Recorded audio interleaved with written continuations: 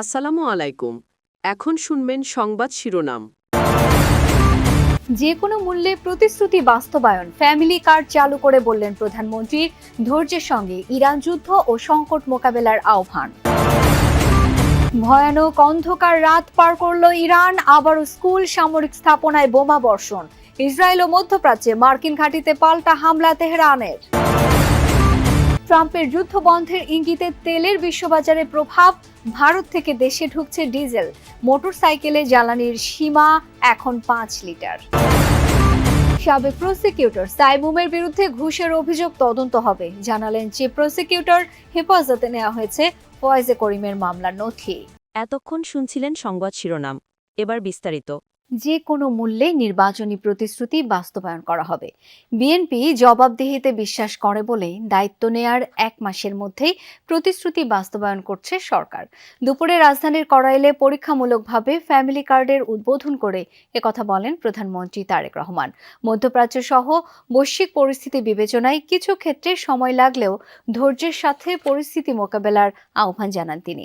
5 বছরের মধ্যে 4 কোটি পরিবারকে ফ্যামিলি কার্ডের আওতায় আনার প্রতিশ্রুতি পুনর্ব্যক্ত করেন তারেক রহমান।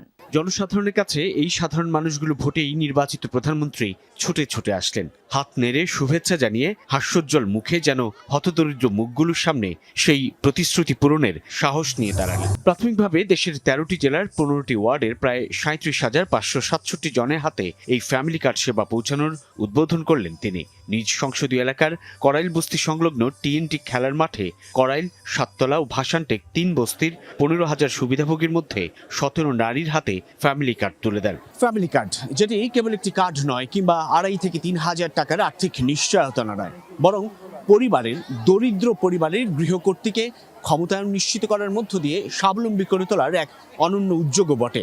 বিএনপি চেয়ারম্যান তারেক রহমান নির্বাচন পূর্ব সময়ে দেশের পথে প্রান্তরে সেই উদ্যোগের কথাই প্রতিশ্রুতি আকারে তুলে ধরেছিলেন। নির্বাচনী ইশতেহারেও উল্লেখ ছিল তা।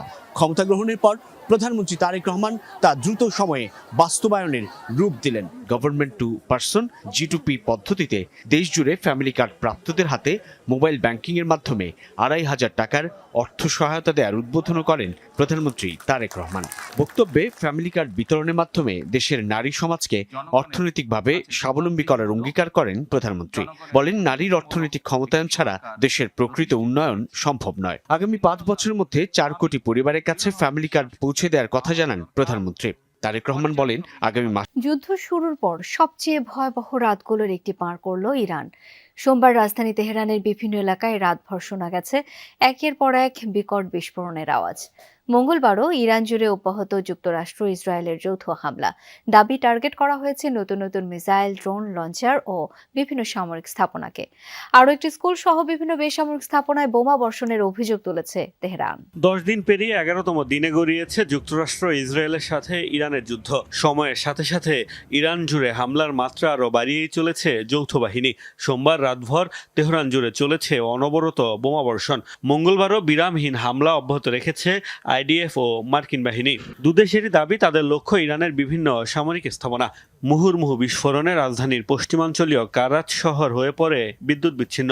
এলাকাটিতে যৌথ বাহিনীর হামলায় টার্গেট হয়েছে বিপ্লবী গার্ড, IRGCর কমান্ড সেন্টার ও কার্যালয়। কুদস ফোর্সের একটি কমান্ড সেন্টার ধ্বংসের দাবিও করেছে ইসরায়েল। ইস্পাহানে টার্গেট হয়েছে মিসাইল তৈরির কারখানা ও আকাশ প্রতিরক্ষা ব্যবস্থা। সিরাজ শহরেও আক্রান্ত হয়েছে সামরিক স্থাপনা। নাজারাবাদ, আন্দিশে ও শাহরিয়ারে হামলার শিকার হয়েছে বাসিস ফোর্স ও বিপ্লবী গার্ডের ঘাঁটি। আহভাস ও সিস্তান বালুচিস্তানেও পাওয়া গেছে বিস্ফোরণের আওয়াজ। ওয়াশিংটন জানিয়েছে, গত 10 দিনে ইরানের 5,000 স্থাপনায় হামলা চালিয়েছে তারা। ধ্বংস কিংবা ক্ষতিগ্রস্ত হয়েছে তেহরানের নৌবাহিনীর 50টির বেশি জাহাজ। বেসামরিক স্থাপনাতেও নির্বিচার বোমাবর্ষণের অভিযোগ তুলেছে ইরান। দাবি, নতুন করে খোমেনি শহরে আরও একটি স্কুলে হয়েছে হামলা। ইস্পাহানে সরকারপন্থীদের সমাবেশ চলাকালীন কাছাকাছি এলাকায় বিমান হামলা চালানো হয়েছে। এদিকে যুদ্ধের প্রথম দিনই মিনাবের গার্লস স্কুলে ভয়াবহ হামলায় ব্যবহার করা হয়েছিল যুক্তরাষ্ট্রের তৈরি টমহক মিসাইল। ভিডিও ফুটেজ বিশ্লেষণে উঠে এসেছে এই তথ্য। এরপর অবশ্য এই হামলার দায় নিতে নারাজ মার্কিন প্রেসিডেন্ট ডোনাল্ড ট্রাম্প। তার দাবি, কিছু সংখ্যক টমহক ক্ষেপ ইরানে কাঙ্ক্ষিত জয়ের অনেকটাই অর্জন করে ফেলেছে যুক্তরাষ্ট্র। যুদ্ধ প্রায় শেষের দিকে, এমন মন্তব্য করেছেন মার্কিন প্রেসিডেন্ট ডোনাল্ড ট্রাম্প। হোয়াইট হাউসে সাংবাদিকদের সঙ্গে কথা বলতে গিয়ে ট্রাম্প বলেন, এরই মধ্যে ইরানের ড্রোন ও ক্ষেপণাস্ত্র সক্ষমতা প্রায় ধ্বংস হয়ে গেছে। রাজধানীর বিভিন্ন ফিলিং স্টেশনে কিছুদিন ধরেই তেলের সংকট। কোথাও ঘন্টার পর ঘন্টা অপেক্ষা করেও তেল পাচ্ছেন না মোটরযান চালকরা। পাম্প মালিকদের বিরুদ্ধে রয়েছে নানা অনিয়মের অভিযোগ। তবে বিকেলের দিকে কিছু স্টেশনে তেল সরবরাহ শুরু হলেই পরিস্থিতি কিছুটা স্বাভাবিক হতে থাকে। এদিকে সরকারি প্রজ্ঞাপনের রাইড শেয়ারিং দাতাদের জন্য তেলের পরিমাণ বৃদ্ধি করা হলেও তাদের নেই কোনো আলাদা পরিচয়পত্র। সকাল থেকেই রাজধানীর ফিলিং স্টেশনগুলোতে জ্বালানির খোঁজে ঘুরতে থাকেন মোটরসাইকেল চালকেরা, কিন্তু বেশিরভাগ স্টেশনেই অকটেন পেট্রোলের ডিসপেন্সার বন্ধ। কোথাও আগের দিন শেষ হয়েছে মজুত, কোথাও 2 দিন ধরে নেই সরবরাহ।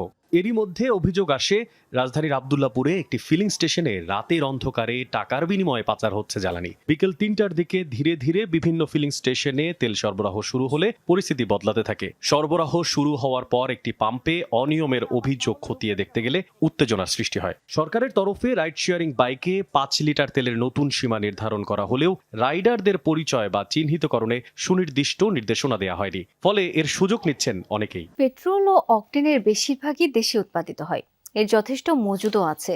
এরপরও মানুষ উদ্বিগ্ন হয়ে বেশি বেশি কেনায় সংকট হচ্ছে বলে মনে করে সরকার। বিদ্যুৎ ও জ্বালানি প্রতিমন্ত্রী বলছেন, যুদ্ধের কারণে বৈশ্বিকভাবে জ্বালানি সংকট হলেও বাংলাদেশে জ্বালানির দাম বৃদ্ধির পরিকল্পনা নেই।